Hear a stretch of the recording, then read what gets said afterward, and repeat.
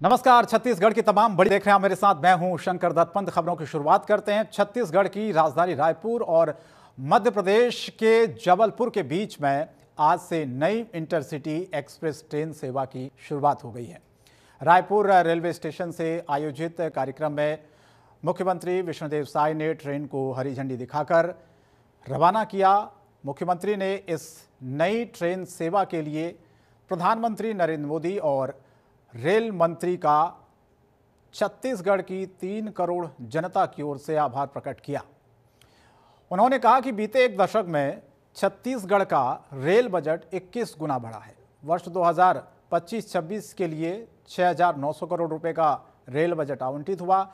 अब तक 47,447 करोड़ रुपए की रेल परियोजनाएं छत्तीसगढ़ में संचालित है। मुख्यमंत्री ने ये भी बताया कि अमृत भारत स्टेशन योजना के तहत छत्तीसगढ़ के 32 रेलवे स्टेशनों के उन्नयन के लिए 1,680 करोड़ रुपए की स्वीकृति मिली। इन स्टेशनों को विश्व स्तरीय सुविधाओं से लैस किया जा रहा है।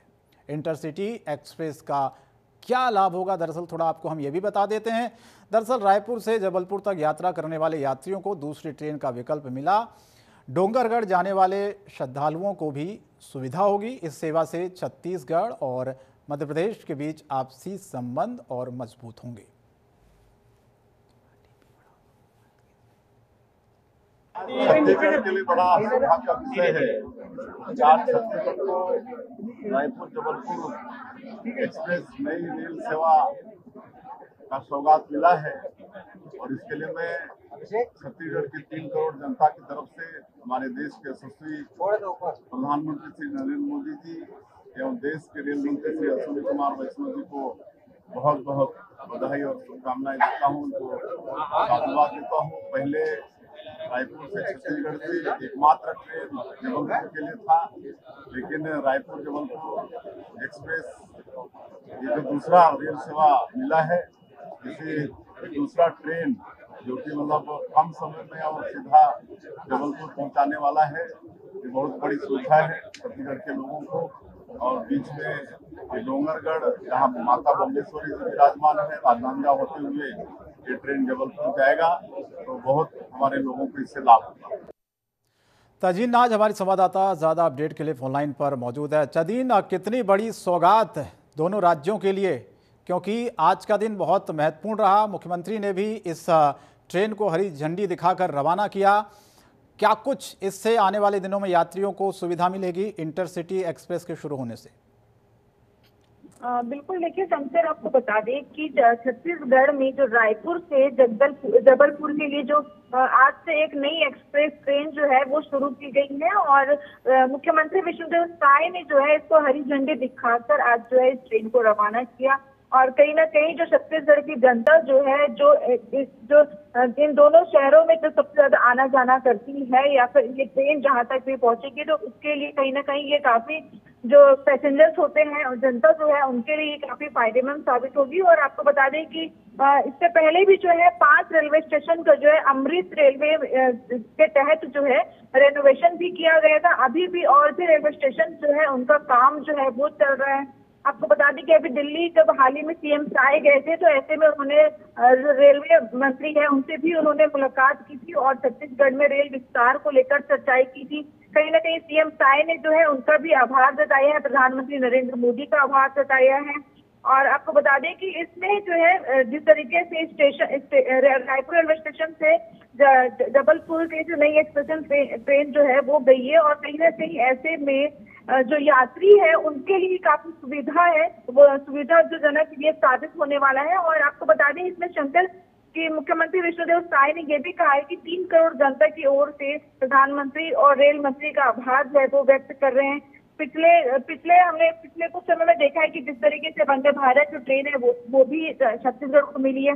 इसके अलावा और भी जिस तरीके से रेलवे स्टेशन का रेनोवेशन किया जा रहा है, तो कहीं ना कहीं यात्रियों के लिए जो है ये काफी सुविधाजनक साबित होने वाला है। छत्तीसगढ़ की जो तस्वीर है वो बदलती। बहुत बहुत धन्यवाद आपका इस तमाम जानकारी के लिए। तो राज्यों में, दोनों राज्यों की बात करें तो यात्रियों को अब सुविधा होगी, क्योंकि एक बड़ा तोहफा भी कहा जा सकता है।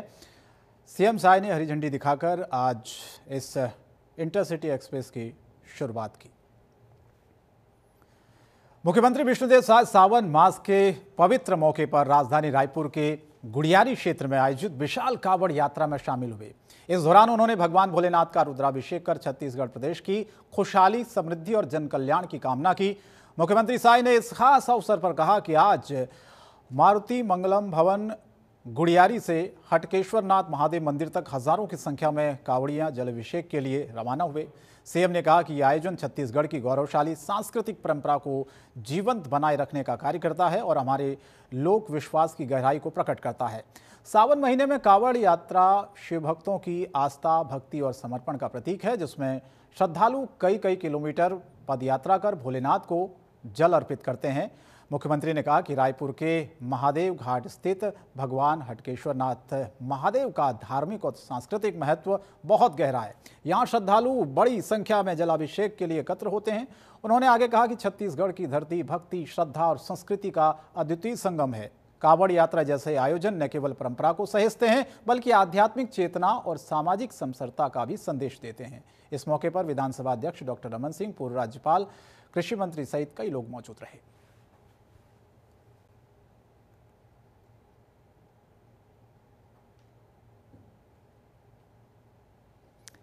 आगे बढ़ते हैं। छत्तीसगढ़ के पूर्व सीएम भूपेश बघेल ने गिरफ्तारी से बचने के लिए सुप्रीम कोर्ट में अग्रिम जमानत याचिका लगाई है। शराब, कोयला घोटाला और महादेव वेबसट्टा केस में ईडी, ईओडब्ल्यू और सीबीआई की जांच के दायरे में आए पूर्व मुख्यमंत्री भूपेश बघेल को डर है, जैसे उनके बेटे चैतन्य बघेल को गिरफ्तार किया गया, वैसे ही उन्हें भी टारगेट किया जा सकता है। इसीलिए उन्होंने अब सुप्रीम कोर्ट की शरण ली है। बताया जा रहा है कि इस मामले में जल्द सुनवाई होगी। बघेल ने अपनी याचिका में जांच में पूरा सहयोग करने का आश्वासन दिया है। शराब घोटाला मामले में जेल में बंद भूपेश बघेल के बेटे चैतन्य बघेल ने भी सुप्रीम कोर्ट में जमानत याचिका लगाई है।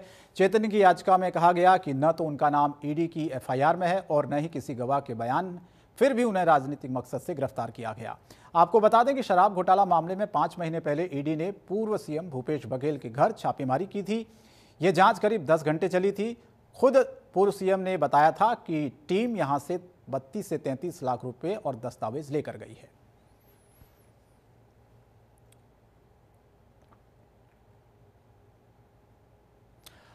पूर्व मुख्यमंत्री भूपेश बघेल ने शराब, कोयला और महादेव वेबसट्टा घोटाले में नाम आने के बाद गिरफ्तारी से बचने के लिए सुप्रीम कोर्ट में अग्रिम जमानत याचिका दाखिल की, जिस पर सोमवार को सुनवाई हो सकती है। भूपेश बघेल की याचिका पर कैबिनेट मंत्री रामविचार नेताम ने तंज कसा। कहा, भूपेश बघेल बचाव में तरह तरह के हथकंडे अपना रहे हैं। उन्होंने कहा कि चोर की दाढ़ी में तिनका है। कोई व्यक्ति कितना भी बड़ा हो, बचाव में तरह तरह के हथकंडे क्यों ना अपना रहा हो, गड़बड़ी करने वाले को विष्णुदेव सरकार नहीं छोड़ेगी। वहीं रायपुर फर्जी शिकायत मामले में उन्होंने कहा कि धनवट ने लिखित रिपोर्ट पुलिस में दर्ज कराई है। ये मामला पुलिस के संज्ञान में है, उसके आधार पर पुलिस आगे कार्रवाई कर रही है। इस प्रकरण की चीज़ों का पर्दाफाश होना चाहिए और षड्यंत्र जो कर रहे हैं, छवि बिगाड़ने जो काम कर रहे हैं, उनका पर्दाफाश होना चाहिए, उन पर कार्रवाई होनी चाहिए।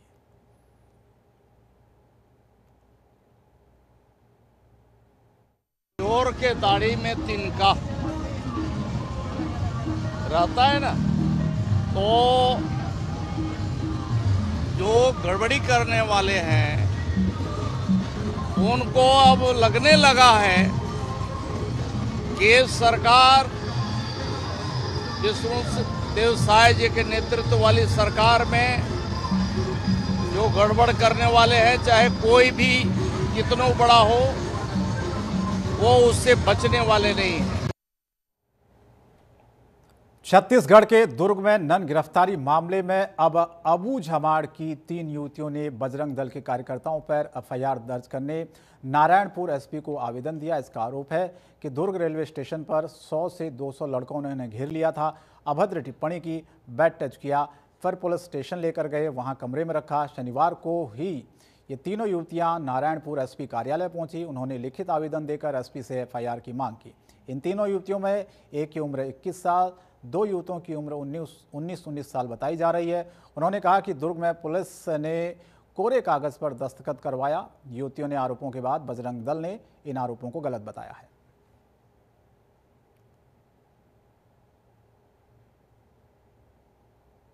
जो दुर्ग में हमारे साथ जो घटना घटी थी उसको हम दर्ज करवाने के लिए आए हैं।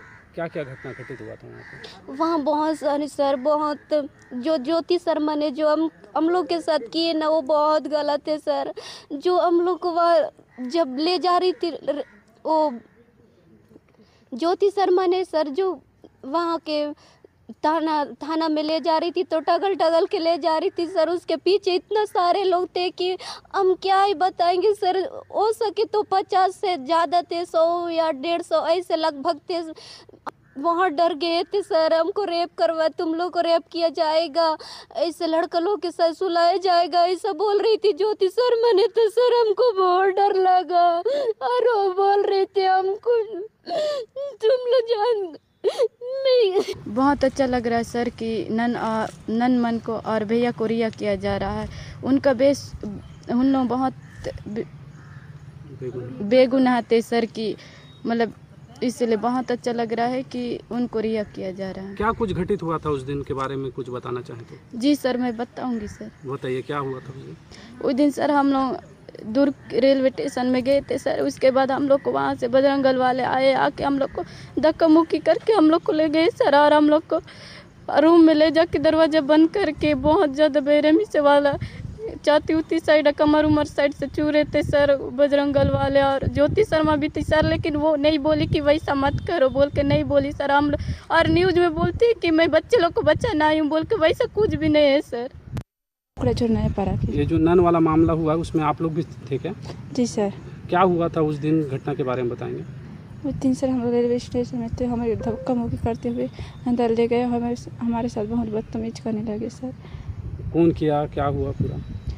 बजरंग दल वाले सर। और ज्योति शर्मा में बहुत मारी सर, और बोलने लगी कि तुम लोग गौड़ नीच जाति के हो, मतलब गौड़ छोटे जाति के हो, तुम लोग बहुत नीच लोग हो, तुम लोग छोटे जाति के हो, हम लोग जूती के समान हो, तुम लोग ऐसे बहुत कुछ बोल रही थी सर। अच्छा, जाति सूचक शब्द का उपयोग किया गया? जी सर। आज यहाँ आप लोग एसपी कार्यालय क्यों आए थे? उसके खिलाफ। छत्तीसगढ़ के कबीरधाम जिले में शिक्षा और नवाचार को लेकर प्रशासन जिस तरह से सक्रिय भूमिका निभा रहा है, उसका एक जीवंत उदाहरण सहसपुर लोहारा विकासखंड के ग्राम सिलहाटी में देखने को मिला, जहां कलेक्टर गोपाल वर्मा ने शासकीय उच्चतर माध्यमिक विद्यालय का निरीक्षण कर विद्यार्थियों से सीधा संवाद किया। कलेक्टर गोपाल वर्मा ने सहसपुर लोहारा विकासखंड के ग्राम सिलहाटी स्थित शासकीय उच्चतर माध्यमिक विद्यालय का शनिवार को निरीक्षण कर विद्यार्थियों से आत्मीय संवाद किया। निरीक्षण के दौरान उन्होंने कक्षा 9 से लेकर 12वीं तक के सभी कक्षाओं का अवलोकन किया और विद्यार्थियों के साथ उनके भविष्य, पढ़ाई और जीवन मूल्यों को लेकर बातचीत की। गहराई से पढ़ाई करने, हर टॉपिक को समझने और शिक्षक के मार्गदर्शन में नोट्स तैयार करने की सलाह दी गई। उन्होंने विद्यार्थियों को एक ही स्थान पर बैठकर पढ़ाई की आदत डालने, ध्यान केंद्रित करने और समय प्रबंधन की आदतें विकसित करने पर जोर दिया।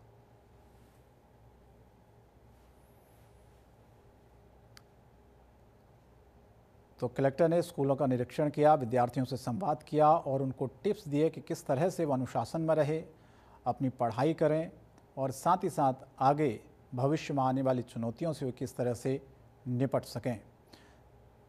तो किसी भी परीक्षा में अगर सफल होना है उसके टिप्स दिए गए, किस तरह से विषय का चयन करना है उसके टिप्स दिए गए, साथ ही साथ उनसे संवाद किया गया, उनकी मन की बात जानी गई और उनको आने वाले भविष्य में किस तरह से वो अपना करियर में आगे बढ़ें, इसको लेकर भी बच्चों से बातचीत की गई और साथ ही साथ बच्चों की क्षमताओं को भी परखा गया। तो शिक्षा और नवाचार को लेकर प्रशासन सक्रिय है और इसी को लेकर स्कूलों में बच्चों से संवाद हुआ। परीक्षाओं की तैयारी, गाइड, कुंजी, पुस्तक समेत तमाम ऐसी चीज़ों को लेकर बच्चों को गाइड किया गया, उनका मार्गदर्शन किया गया और साथ ही साथ उनको आने वाली दिक्कतों से भी अवगत कराया गया, किस तरह से वो अपने पाठ्यक्रम में और बेहतर कर सकते हैं। इन तमाम चीज़ों को लेकर इन बच्चों से बातचीत की गई। बस्तर जिले में कांग्रेस ने संगठन को मजबूत करने की शुरुआत कर दी है। लंबे अरसे के बाद कांग्रेस संगठन को मजबूत करने के लिए इसके ढांचे में बदलाव किया। माइक्रो लेवल मॉनिटरिंग करने, बूथ स्तर पर पहुंच बनाने के लिए कांग्रेस ने बदलाव किया है। जिला स्तर पर बैठकों के बाद ब्लॉक स्तर पर प्रभारियों की नियुक्ति हाल ही में प्रदेश कांग्रेस समिति के द्वारा की गई थी। ब्लॉक स्तर पर प्रभारियों ने बैठक लेकर मंडल प्रभारियों की नियुक्ति की। आपको बता दें कि संगठन में बेहतर सामंजस्य के लिए अब 15 से 20 बूथ स्तर की समितियों को एक मंडल में रखा गया। मंडल प्रभारियों के द्वारा गांव-गांव जाकर समितियों की बैठक ली जा रही है। साथ ही बूथ प्रभारियों की नियुक्ति और प्रभारियों को बूथ लेवल की समितियों के विस्तार का भी काम सौंपा गया है। प्रदेश में विधानसभा, लोकसभा और पंचायत स्तर के चुनाव में मिली हार के बाद कांग्रेस का ये फैसला कितना कारगर साबित होगा, ये तो वक्त ही बताएगा। कांग्रेस पार्टी बूथ स्तर से लेकर मंडल सेक्टर की पूरी तैयारी कर रही है। कांग्रेस में अभी मंडल और सेक्टर की बैठकें हो रही है, उसकी कार्यकारिणी बन रही है और इन्हीं सब मुद्दों को लेकर कांग्रेस पार्टी ने अपने संगठन को और मजबूत करने की दिशा में प्रयास किया है और उसी के तारतम्य में हमारे ब्लॉकों में मंडल प्रभारी भी बनाए जा रहे हैं, सेक्टर प्रभारी बनाए जा रहे हैं, ब्लॉक प्रभारी बनाए जा रहे हैं, ताकि जो कांग्रेस पार्टी से जुड़े लोग छूट ना जाए और नए लोगों का समावेश कांग्रेस पार्टी में हो, ताकि कांग्रेस पार्टी देश की आवाज़ मुखरता के साथ संगठन के तौर पर और अच्छे तरीके से आमजन के बीच में उठा सके। तो कांग्रेस पार्टी आज के परिदृश्य में जिस मजबूती के साथ आक्रामक होकर देश के हमारे एलओपी राहुल गांधी जी और राज्यसभा में मल्लिकार्जुन खड़गे जी सरकार से सवाल कर रहे हैं, इन सवालों, इन मुद्दों को आम जन तक पहुंचाने का काम संगठन करता है। इसलिए संगठन को मजबूत करने की दिशा में कांग्रेस पार्टी काफ़ी मजबूती से काम कर रहा है। मंडलों में और सेक्टरों में 21 की टीम बनेगी। ब्लॉक कांग्रेस की नई टीम बन रही है।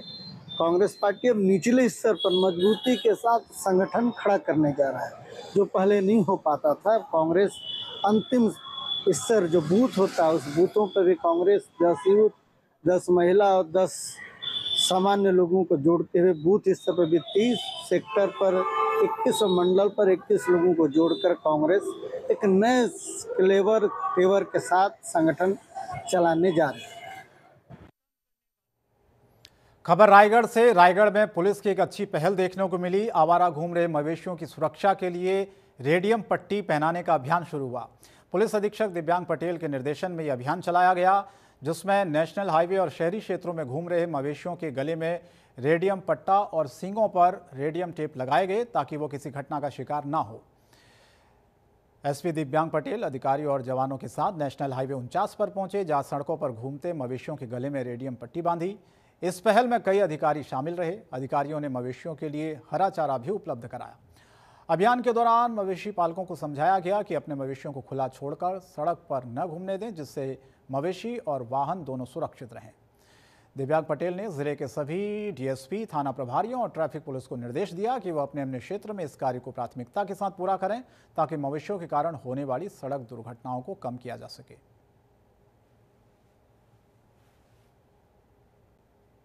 रोड पे जब गाड़ियां चलती है तब अंधेरे में कई बार एक्सीडेंट होता है, जिसमें मवेशी की डेथ भी होती है और किसी व्यक्ति की भी जान जा सकती है। इन सबको देखते हुए जो हाईवेज पे मवेशी बैठे रहते हैं, एक तो उनके मालिकों को जागरूक किया जा रहा है कि भाई ऐसे मवेशी को ना छोड़ा जाए। दूसरा, जो मवेशी बैठे रहते हैं उनके गले में कॉलर लगाए जा रहे हैं और सींग पे रेडियम टेप लगाई जा रही है। तो हमारी हाईवे पेट्रोलिंग, ट्रैफिक पुलिस और जो हाईवे के थाने हैं उनके द्वारा लगातार ये कार्रवाई की जा रही है, ताकि ऐसे एक्सीडेंट में मवेशियों का डेथ भी कम हो और ऐसे एक्सीडेंट में किसी व्यक्ति की जान भी ना जाए। और हमारा लगातार ये प्रयास जारी रहेगा। पूरे जो रायगढ़ जिले के नेशनल हाईवे और बड़े हाईवे है उसमें लगातार ये प्रयास जारी है। और वहीं रायगढ़ से एक हैरान करने वाला मामला सामने आया, जहां पर शासकीय स्कूलों में पुस्तक वितरण में देरी से बच्चों की पढ़ाई पर संकट आ गया है। दरअसल छत्तीसगढ़ के रायगढ़ जिले में शासकीय स्कूलों में नया शैक्षणिक सत्र शुरू होने से 40-45 दिन बाद भी कई स्कूलों में नई किताबें नहीं पहुंची। लिहाजा बच्चों को पुरानी किताबों से ही पढ़ाई करनी पड़ रही है, जिसका सीधा असर बच्चों की पढ़ाई पर पड़ रहा है। अभिभावक परेशान हैं, समाधान निकल नहीं पा रहा। स्थानीय लोगों का कहना है कि पुस्तक वितरण में देरी के लिए बुक डिपो जिम्मेदार है, लेकिन इसके खिलाफ कोई ठोस कार्रवाई नहीं होती। इस मुद्दे पर कांग्रेस नेता लल्लू सिंह ने तीखा हमला बोला। उन्होंने कहा छत्तीसगढ़ के वित्त मंत्री और रायगढ़ विधायक ओपी चौधरी ने शिक्षा को लेकर बड़े बड़े दावे किए, लेकिन उनके अपने जिले में ही शिक्षा व्यवस्था की दुर्दशा है। ये शिक्षा के साथ खिलवाड़ है, बच्चों का भविष्य दांव पर है। स्कूल खुले लगभग 1.5 महीना हो गया, 15 जून से लेकर आज 21 तारीख तक 1.5 महीना हो गया, और इस तरह की रवैया से बच्चों के साथ खिलवाड़ किया जा रहा है। और छत्तीसगढ़ सरकार महिलाओं के सामाजिक व आर्थिक सशक्तिकरण को बढ़ावा देने का काम कर रही है। इसके लिए ग्राम पंचायतों में महतारी सदन का निर्माण किया जा रहा है। बेमेतरा विधानसभा क्षेत्र के ग्राम जेवरी में 24,70,000 रुपए की लागत से बनने वाले महतारी सदन का भूमि पूजन कार्यक्रम हुआ। इस मौके पर बेमेतरा विधायक दीपेश साहू मुख्य अतिथि के रूप में मौजूद रहे। वैदिक मंत्रोच्चार के साथ पूजा अर्चना शुरू हुई और भूमि पूजन हुआ। विधायक साहू ने कार्यक्रम को संबोधित करते हुए कहा कि महतारी सदन केवल एक भवन नहीं, बल्कि ये महिलाओं की आत्मनिर्भरता और सामाजिक भागीदारी का प्रतीक है। ग्राम जेवरी सहित पूरे विधानसभा क्षेत्र में महिलाओं को अब अपने सामूहिक कार्यों, बैठकों और आर्थिक गतिविधियों के लिए एक सुरक्षित, सुविधाजनक स्थान मिलेगा। उन्होंने आगे कहा कि प्रदेश के मुख्यमंत्री विष्णुदेव साय के नेतृत्व में छत्तीसगढ़ सरकार गांव, गरीब और किसान के साथ साथ महिलाओं के उत्थान के लिए लगातार प्रतिबद्धता के साथ काम कर रही है। महतारी वंदन योजना जैसे नवाचारों से महिलाएं आर्थिक रूप से सशक्त हो रही हैं और महतारी सदन जैसे ढांचागत विकास कार्यों से अब उन्हें सामाजिक मंच भी उपलब्ध हो रहा है। कार्यक्रम में जनपद अध्यक्ष हेमा जय दिवाकर, ग्रामीण मंडल अध्यक्ष गजानन साहू, सरपंच कांति प्रकाश साहू के अलावा कई जनप्रतिनिधि शामिल रहे।